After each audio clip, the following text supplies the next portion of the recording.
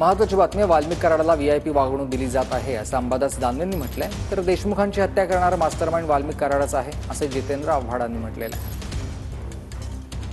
जे प्रकार आहे याच्यामध्ये वाल्मिक कराड यांना कशा पद्धतीने व्हीआयपी वागणूक दिली जाते, मला असं वाटतं हे आपण बघताय. इथं सूरज चव्हाण बसलेले आमच्या शिवसेनेचे सचिव, जे 1 वर्ष 1 महिना तुरुंगात राहिले. सहज आम्ही गप्पा मारत असताना कशा पद्धतीनं तुरुंगात छळ केला जातो आणि एकीकडे वाल्मिक कराड सारख्या आरोपींना ज्यांनी मुर्दे पाडलेले आहेत अशा आरोपींना एक व्हीआयपी ट्रीटमेंट या राज्यात दिली जाते, ही स्थिती आहे.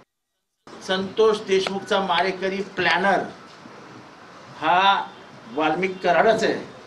त्यांनीच व्हिडिओ बघितले, सगळी हाडं मोडायला त्यानेच सांगितलं. इतकी निर्घृण हत्या महाराष्ट्राच्या इतिहासात राजकीय द्वेषातनं कधी झालेली नाही, पण ती झाली. पण वाल्मिक कराडला काय वागणूक, काय त्याची स्टाईल, कशी गाडी चालवीत तो सीआयडीच्या ऑफिसमध्ये आला, अक्षरशः सीआयडीचे कपडे काढून घेऊन गेला. म्हणजे मी येतोय असं सांगून सुद्धा सीआयडीला वाटलं नाही की त्याला अडवावं आणि ताब्यात घ्यावं.